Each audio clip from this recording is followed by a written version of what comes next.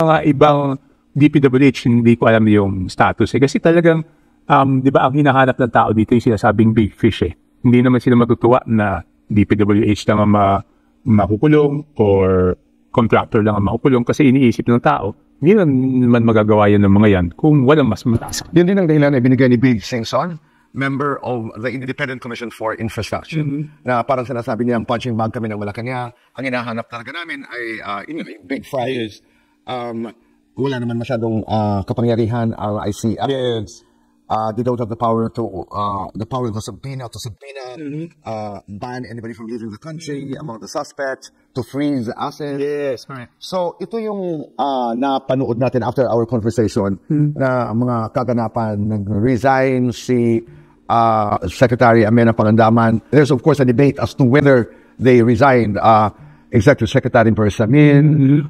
Ito yung mga nangyari. And then there are proposals from both Congress and the Senate to strengthen the ICI. Yes, correct. I'm one of the authors. Yung isa, mas maaga nag-file sina Congresswoman De Lima, no? Yung grupo niya, mas maagang nag-file. Ako naman, ang pagkatapos ko maimbitahan ng ICI as a resource person ng 2 beses, nag-file na ako ng bill kasi nakita ko yung kinakailangan nila, no? Like, wala silang power of contempt, di ba? Kaya minsan, nagsasampi na sila, hindi na lang sila sinisipot, hindi man lang sinasabihan kung ano yung reason, no? Wala sila, tama ka. Walang power ng whole departure order, walang power to freeze assets. So, hirap na hirap sila. Yun yung mga powers na iminukain natin doon sa bill na pinopose natin, no? And nung in-announce yung resignation ni Sec. Bates, he appealed, di ba? To the House and to the Senate na ipasa na yung ICI bill para mas mabigyan sila ng powers. Even if he have resigned, sabi ni Justice Reyes, he will say until the 15th with a possible extension until the year. Yes. So, ang isa pang issue dito na lumabas, hindi naman issue, but palita lamang. Si Pulong Duterte was invited also to appear sa ICI. At sabi niya, ba't naman ako pupunta doon?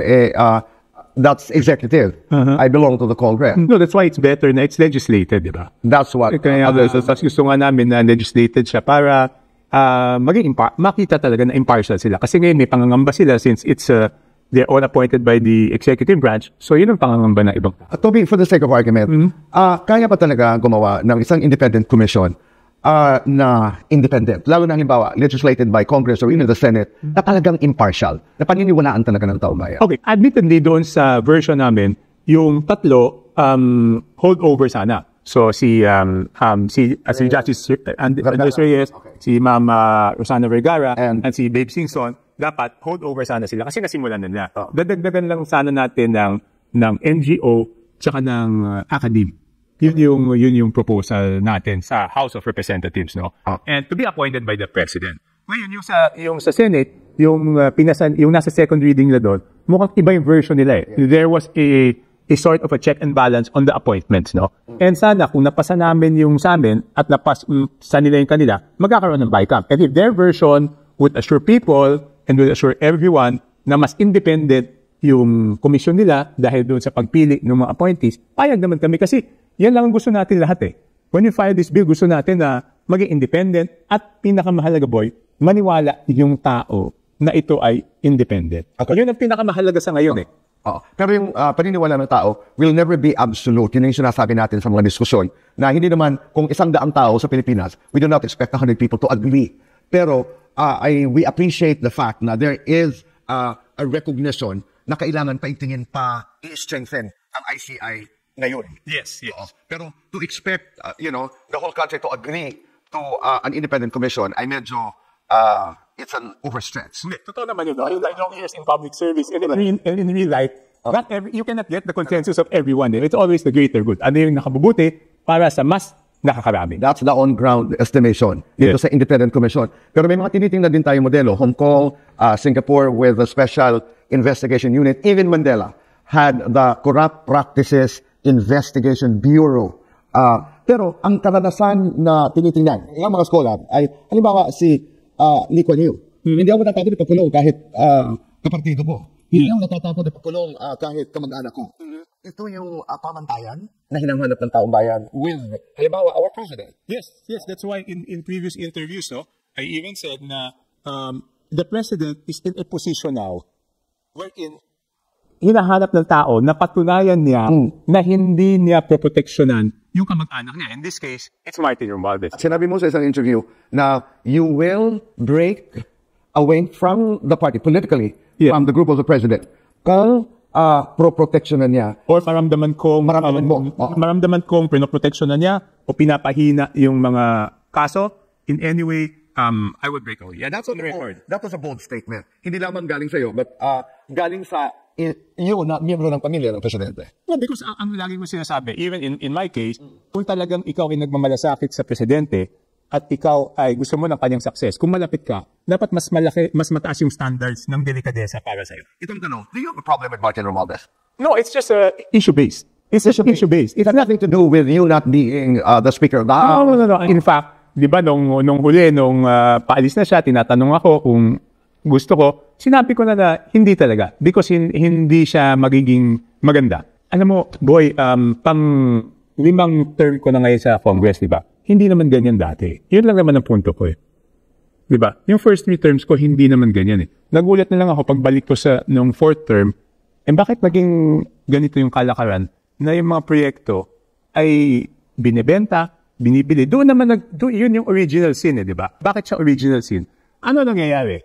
Pag may pumili ng project, sisiguraduhin niya na siya ang gagawa, di ba? Wala namang bibili ng project na hindi siyang gagawa. Okay? Para masiguradong siyang gagawa, anong gagawin niya? Kailangan niya maging kasabot ngayon yung DPWH. So kaya nangyari na nagkaroon ng sabuatan kasi yung bumili ng proyekto, siyang dapat makakuha ng proyekto. Di ba? Kaya doon nagsimula lahat eh. Tapos siguro nung hindi na makayanan pagtakpan yung 20%, minsan nagiging 30% pa kasi yung isang bibili, papasa niya, hindi siya gagawa. Doon na siguro sa tingin ko, doon na sinimulan gawing substandard.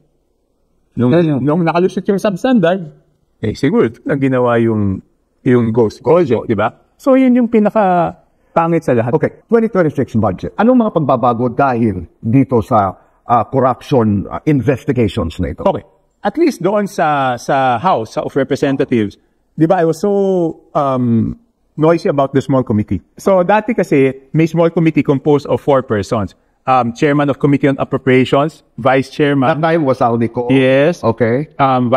Senior Vice Chairman, Stella Kimbo, Dalipe, Majority Leader, and Minority Leader. And then Libanon. Yes. Okay. So silang 4. Ang nangyayari noon, aprubahan namin sa plenaryo ng lahat ng congressmen on second reading, aprobado ang budget, tapos bibigyan namin ng authority yung 4 na palitan. So isipin yung 4 mas powerful siya. Palitan hindi kasi yung amendment ka na budget? Hindi kasi, kasi tama ka, yung pinagbotohan namin na budget, on second reading, bibigyan namin sila authority to make amendments.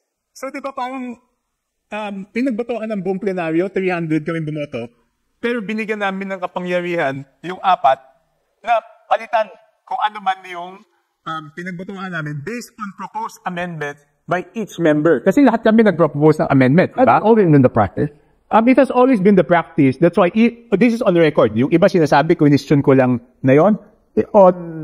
Noong 2012 for the 2013 HGAB, it was my first term in Congress at the time. I questioned it. Pwede lang tingnan sa archives, no? Yun. So, tapos question ko doon, sabi hindi pwede. But later on, tinanggal na namin yung small committee. So, this budget, wala na small committee. At boy, wala nang amendments after second reading. Which is the right thing to do. Okay. Ano na lang ang problema ko? Meron pa ako isang natitirang issue doon sa 2026 budget ko. Ang request ko noon, when I voted, sabi ko, it's a conditional yes, subject na dapat ilagay nila doon sa website ng House of Representatives yung budget per district and budget per party list at kung saan dinala ng mga party list yung mga budget nila. So I think yun yung pinakamahalaga, yun ang full transparency. Kasi kung transparent tayo sa procedure, tapos hindi tayo transparent dito, walang full transparency. Wala pa rin ito sa 2026 budget. Wala pa rin kasi noong October ko pa yun sinabi. Hindi ko, nagtataka ako. Ano bang meron dito na ayaw ilabas yung listahan? Dito sa small committee ng House, sila ang nagfa-finalize Oo, kasi Doon sa mga request ng mga members of Congress. yes, so aprubahan natin ang second reading ngayon. Babalik kami, makikita namin iba-iba na. On what basis? Kasi binigyan sila ng authority na plenary. Pero on what basis sila na, okay, palitan natin ang Kitobi request? Wala yun, wala. Kasi nga, ang problema, di ba? Ito nakakapagtaka, boy.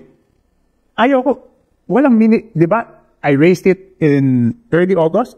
Nasaan yung record ng meeting? Hanggang ngayon, wala. So, ibig sabihin, wala. Walang maibigay eh. It's either meron na ayaw nilang ipakita or wala. Either way, may tinatago, di ba? So, nakakapagtaka. Hanggang ngayon, wala pa. Hindi natin malamat sino nagpalit, pinalitan, magugulat na lang kami. Ang problema nun, boy, third reading, wala nang amendments eh. Third reading, ang pwede nilang baguhin doon, maling spelling, comma, period, wala na yun. So, pag nakuha namin ng third reading, iba nga, anong magagawa namin? Wala na, hindi na namin pwedeng palitan yun. And you're talking of how much ngayong 2026? 6.4 something 39 trillion. Yes. Unprogrammed funds, Toby. May mga nagsasuggest na bakit tayo maglalagay ng program funds? Ba't hindi na lang natin ilabas ito pag dumating ng pangangailangan? Yes, tama. Yan yung sinasaka doon. Yeah, because that's how we do it sa local government eh. Ang tawag namin doon sa local government is supplemental budget. Diba? That's why I've been asking kasi doon, kailangan muna magka-savings ka eh. So sa local government, pag nagka-savings ka, tsaka ka palang magkakaroon ng supplemental budget. So that is the national government. That's the whole concept. That's the concept of the unprogrammed. Yes. Because the unprogrammed, yun yung income na over and above the budget. No? Mas maganda yung ganun. Mas maganda yung ganun. Hindi yung nauuna, itong unprogrammed funds, meron ng paglalagyan, umpisa pa lang ng taon, paano kung nalaman mo anong na-save mo? Hindi ka pa naman, I'm not saying, this is a layman's point of view. Yes, you're correct. You're correct. Once you're unprogrammed funds. You are correct. But ang sinabi kasi nila doon, kailangan yung mga unprogrammed funds because these are commitments. Okay. I want to go back to that narrative that you have, November of 2024, when you had that, you witnessed, the president, na pinagsasabihan si Martin. Ang tanong, pwede bang gumalaw ang Speaker of the House na hindi alam ng presidente sa mga usaping budget na ganito? Yes, because in that, kasi, okay, ito yung hindi ko nasabi sa iba, no? Linabas ni Presidente yung cellphone niya, sinabi niya kung ano yung mga flagship projects na nawala doon sa budget. So sabi niya, Martin, ito yung mga tinanggal niyong proyekto eh. Alam ko mga dam yun eh. Basta alam ko malalaking proyekto, hindi ko lang matandaan kung ano yung mga pangalan. So, linabas yung cellphone, binasa kung ano yung mga proyekto. Ang sabi ni Martin doon, Mr. President, we will put it back in the BICAM. Doon sa pag-uusap na yun, sinabi ng presidente, yung flagship. Yeah. Kasi ang nangyari noon, hindi ito nanggaling sa presidente, no? When I was trying to find out why he was so mad, I could be wrong. Pero ang balita ko is because nagsabi yung JICA, yung Japan International Cooperation Agency, na yung ating foreign counterpart ay nilalagay yung pambayad doon sa unprogram. And I think I'm correct because yung mga binasang proyekto are foreign-assisted projects. Okay. So doon ang galing sa pila, doon sa JICA president. And you can check the dates eh. Kasi a week before that, nagpunta dito yung JICA president. Yung sinabi supposedly ng president, kasi umiikot yan eh, yung Martin, what are you gonna do with... Hindi, sinabi talaga yun. In that same conversation. Ito pong pag-upo namin dalawa. So tinawag kami, I'd speak to both of you. So, ang sabi niya, Martin, how many houses do you want? Ilang bahay ba gusto mo? Ilang Ferrari ba gusto mo? Aeroplano, ilang helicopter? Gaano karami pang pera gusto niyo ni Salvi? Yun ang sinabi. Tapos tinatanggal niyo yung pondo ng mga flagship projects ko. For your televiewers, no, I'm not defending anyone. I'm just stating what happened during that meeting. And the response of then Speaker Romualdez won. Hindi niya na sinagot yung iba. Ang sabi lang niya, ibabalik. Kasi nga doon sabi ng presidente, wala akong napapagawa, 2 taon na ako dito, wala akong malaking proyekto. Kasi yung Congress, kuha ng pera doon sa mga proyekto. At sabi niya, yun. Pero yung mabigat na akusasyon, anong gagawin niyo sa mga bahay? Anong gagawin niyo sa mga plano? Ano ang sagot ng Speaker? Hindi niya sinagot yun eh. Ang sinagot lang niya is, we assure you, Mr. President, that we will return whatever is needed. So, naniniwala ka na pag hindi na idemanda, hindi na ipakulong. Si Martin Romualdez, si Zaldico, naniniwala ka na mag-aaklas at magagalit ang taong bayan? Yes. Yes. Kasi di ba nakakapagtaka, yung mga tao sa labas, alam na nila kung ano yung mga nangyayari, di ba? I mean, you talk to anyone here. Alam nila kung ano yung nangyayari, alam nila kung sino yung involved. Pero sa Congress, walang gusto magsalita, di ba? Nakakapagtaka. Yung pa sa loob ng Congress, mukhang walang alam. Eh, lahat ng tao sa labas, alam na nila kung ano nangyayari. May mo nagsasabi na, it's a legal tactic.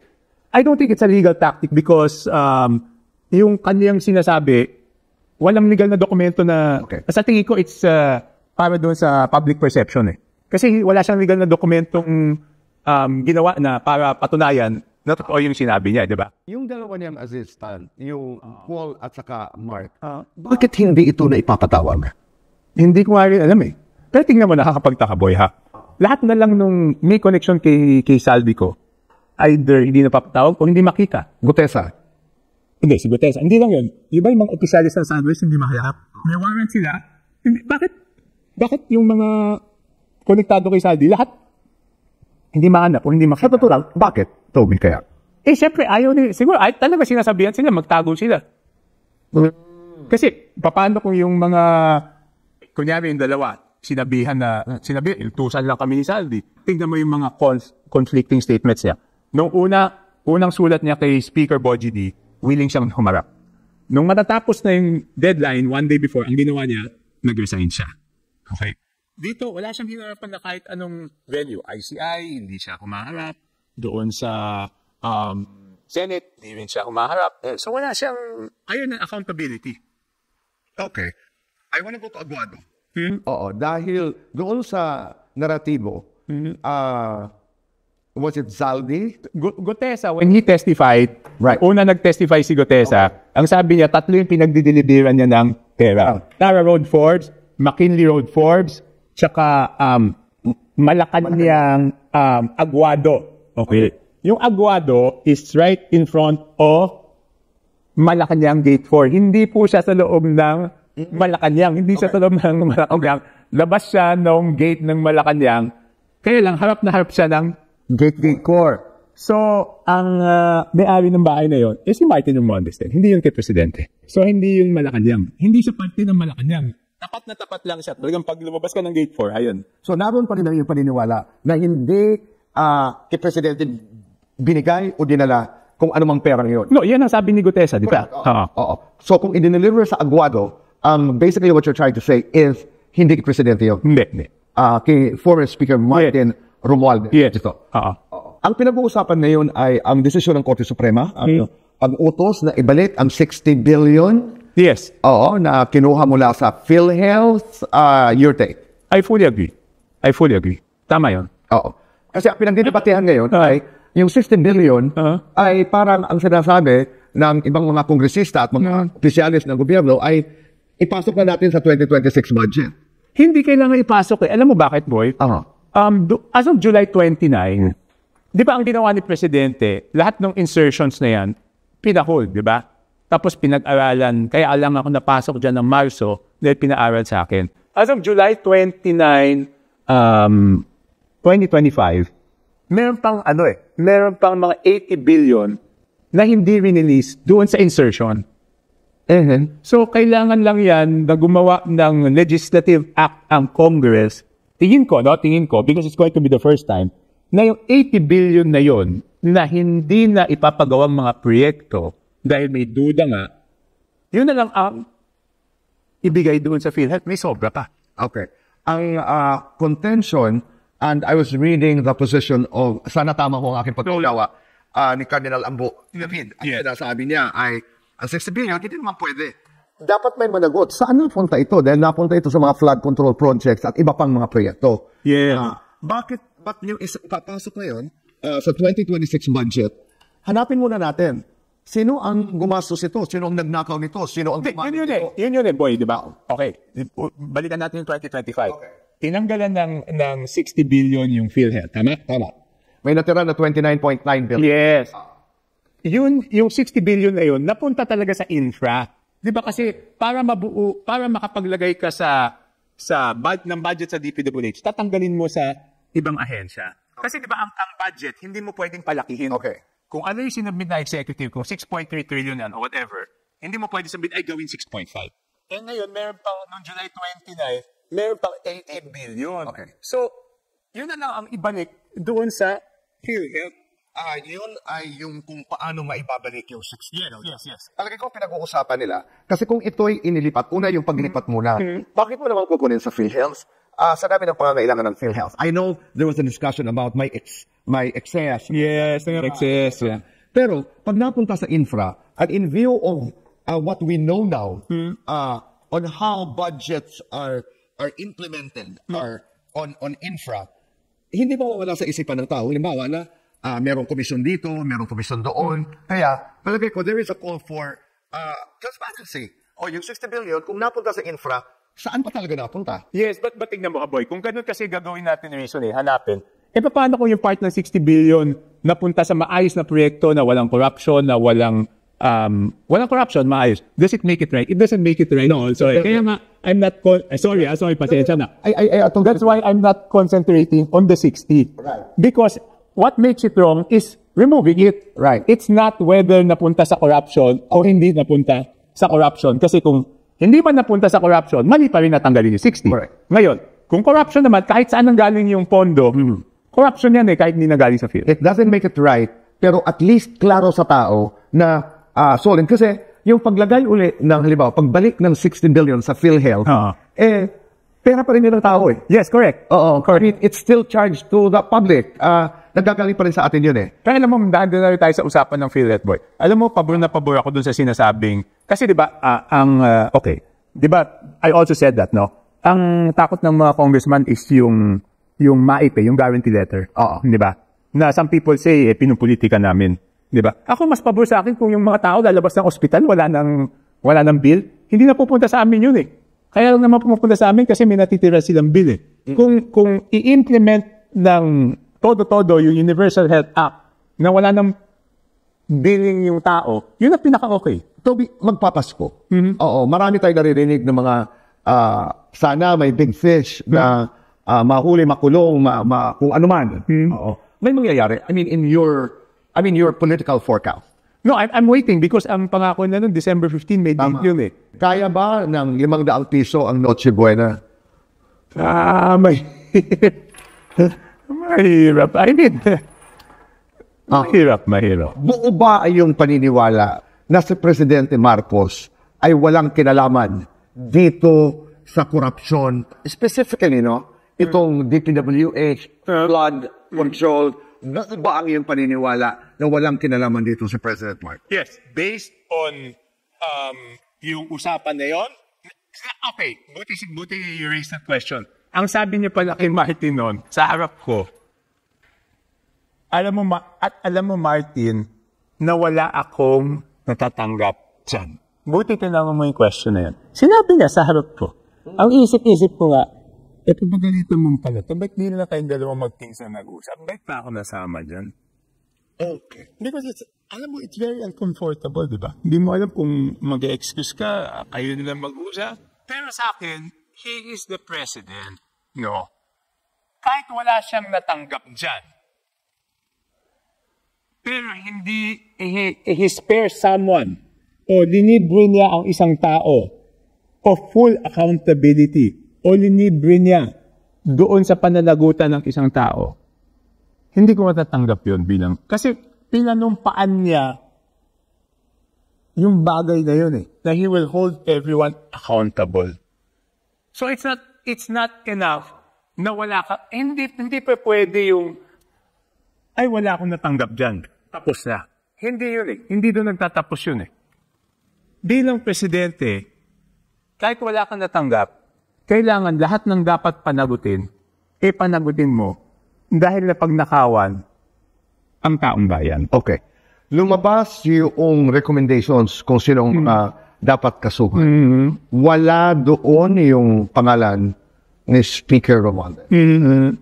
That was from Ombudsman, yes. No, but it was clearer to me when I heard yung one-on-one niya with Karen Davila. It became clear to me. Ang sabi niya, at the very minimum, it's gross, inexcusable negligence dahil nangyari to. At the very minimum. So now it's clear. Hindi niya inaabsuelto si Martin Romualdez. Sinasabi lang niya, sa ngayon, ito ang pinakamahinang kaso na maikakaso. And in that interview, he clarified na nag-iimbestiga pa sila. Pero at the very minimum, he will be charged with gross, inexcusable negligence. This is Ombudsman Remulla making the pronouncement. Yes, yes. Merong perception. This is a perception. Now, may lambot, no? Pagdating kay Martin Romualdez. Halimbawa, coming from the president, is it out of love because his family? Or is it because of fear? I mean, okay, again, people will accuse me again of protecting the president or defending him. I'm not protecting him, no? I'm just saying, these are facts, di ba? Tingnan mo siya, pag sinabi niyang galit na galit ako, hindi yung parang tayo na, di ba nakita mo yung interview niya na galit siya, pero yung expression niya parang hindi, I understand. Hindi galit na galit. Iba yung ano niya, iba yung expression. Iba yung expression niya ng galit eh. That's why, alam mo boy, kaya nagulat ako nung nagalit siya noon. Because I've been married for 31 years, so which means to say, I've known him over 31 years. Right. It's the first time I've seen him mad. First, ang pagkakilala ko doon, hindi nagagalit nga eh. Kaya nga nung pag-uwi ko, sinabi ko doon sa wife ko kay Michelle, alam mo, first time ko grabe pala magalit yun. Sabi niya, nagagalit ba? Hindi na nagagalit yun. Pero napakahirap din ang posisyon mo. Kasi siyempre, alam namin na the president, Michelle is a first cousin to Martin, and maraming nagtatanong, paano ba? No, I used to be very close to Martin. We used to be very close. Which is not the case anymore, I suppose. Yeah, but I have to do what I have to do eh. Alam mo boy, sumombre, di ba? Sumombre. I mean, bakit naman tayo napunta sa sitwasyon na ganito? Oo. Di ba? May pakiramdam ka ba na kung ano man ang mangyari sa presidency ni President Bongbong Marcos, I mean, the worst scenario of, people are calling for resignation, he is out, well, whatever happens. Malaki ang kinalaman ni Martin Romualdez. No, because, di ba, ang reason naman na bumababa yung ratings niya is because of Martin Romualdez, di ba? Okay, isang reason. Pero ako naman, whatever, hindi natin kontrolado kung ano yung mangyayari. Ang akin lang is, kung ano man yung mangyayari, dapat nakapaloob yan doon sa konstitusyon. Kung ano man ang mangyari. Kung ano man yung At kung tayo'y napaloob sa konstitusyon, and kung ano man ang mangyari halimbawa sa presidente, the natural successor is Sara Duterte. Yes. And you're okay with that? It's not whether you like Sara or you don't like Sara. Because that's what the Constitution says. Wala tayong magagawa doon. That has to be followed. Yes, that has to be followed. Diba? Wala tayong magagawa doon. Wala tayong choice doon. Oo. Toby, what's next? Ngayon, habang tayo nag-uusap. For the country, for you, what? Hindi, ako lang, boy. Naintindihan ko na may legal na proseso. Right. Na yung legal na proseso, medyo matagal. Pero, hindi kaya ng ating bansa na ito ay tumagal ng tumagal. Yun yung akin eh. Kasi habang ito ay tumatagal, hindi mabuti para sa ating bansa. At eventually, ang mahirapan, yung mahirap nating kababayan. So, naintindihan ko may legal na proseso, pero dapat din balansehin doon sa kailangan medyo mabilis to. Hindi kakayanin ng ating bansa na ganito for a long time. And a long time is 2-3 years. No. A long time is a few months. Okay.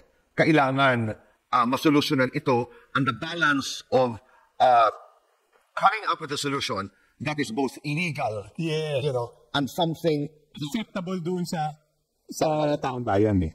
Di ba? Uling katanungan, sabi nga natin, dapat balanse ito kung ano ang legal at kung ano ang acceptable sa taong. Yes. In the next few months, naniniwala ka ba na may big fish na makukulong? I understand the frustration of people, no? And for those people in government, I think we have to understand na hindi tatanggapin ng taong bayan na ang komento nila, yung DPWH, maliit na isda lang yan eh. Yung contractor, maliit lang yan. Naghahanap talaga sila ng malaking isda para mapakita na walang whitewash dito. No, not because kailangan ng malaking isda. Because may pinanggalingan talaga ng malalaking isda. Yes, because yun naman yung hindi magagawa ito pa ngayon kung walang malaking isda. Toby, maraming salamat. Yes, thank you, boy. And Merry Christmas.